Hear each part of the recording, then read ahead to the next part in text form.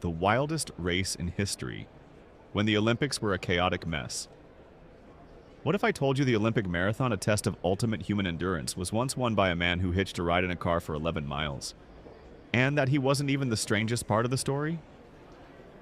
Forget what you know about the polished professional games of today. In 1904, the Saint, Louis Olympics hosted a marathon so bizarre, so dangerous, and so hilariously chaotic, it nearly got the event banned from the Games forever. This is the story of the 1904 Olympic Marathon, a race that featured rat poison as a performance enhancer, a runner in street clothes, and other weird moments. The absurdity of our story begins in the sweltering heat of a St. Louis August afternoon in 1904. The temperature hovered around a brutal 90 degrees Fahrenheit, and the air was thick with humidity. 32 athletes from 4 nations lined up to tackle a grueling 24.85-mile course. But this was no ordinary race. The course was mostly unpaved country roads, and the only water station was a well at the 12-mile mark. Why? The chief organizer had a strange theory that purposeful dehydration was beneficial to runners. It was a recipe for disaster. From the very start, things went off the rails. The race began in the mid-afternoon, the hottest part of the day.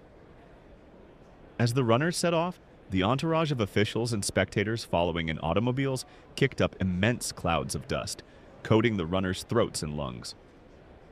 One of the early frontrunners was an American named Fred Lorz. Around the 9-mile mark, suffering from severe cramps, Lorz decided he'd had enough. He hopped into his manager's car for a lift. For the next 11 miles, he waved at spectators and fellow runners from the comfort of the vehicle. When the car broke down at the 19-mile mark, Lorz, feeling refreshed, simply got out and ran the rest of the way to the finish line. He was the first to cross, and the crowd went wild, even as Alice Roosevelt, the daughter of President Theodore Roosevelt, placed a laurel wreath on his head. Meanwhile, the actual race was turning into a medical emergency. Another American, William Garcia, was found lying on the side of the road, suffering from a severe hemorrhage from inhaling the dust. He was lucky to survive. Then there was the incredible story of the Cuban postman, Felix Carvajal. He had raised money to compete by running the length of Cuba. After losing all his money in a dice game in New Orleans, he managed to hitchhike to St. Louis, arriving at the starting line in his street clothes, a long-sleeved shirt, long pants, and walking shoes. A fellow athlete mercifully found some scissors and cut his trousers at the knee. During the race, Carvajal, who hadn't eaten in 40 hours, paused to chat with spectators, snacked on some apples from an orchard, which turned out to be rotten, causing stomach cramps, and took a nap on the side of the road.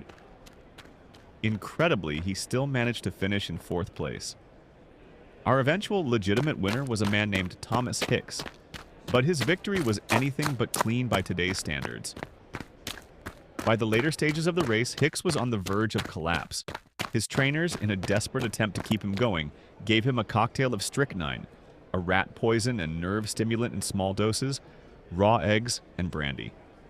He began to hallucinate, believing the finish line was still 20 miles away. His trainers practically carried him over the finish line, his legs moving in a grotesque, barely there shuffle. Just as Hicks was being declared the winner, the truth about Fred Lorz's leisurely car ride came to light. His initial claim that it was all a joke was not well received. He was promptly disqualified and handed a lifetime ban from the sport, although it was lifted a year later, and he went on to win the Boston Marathon in 1905.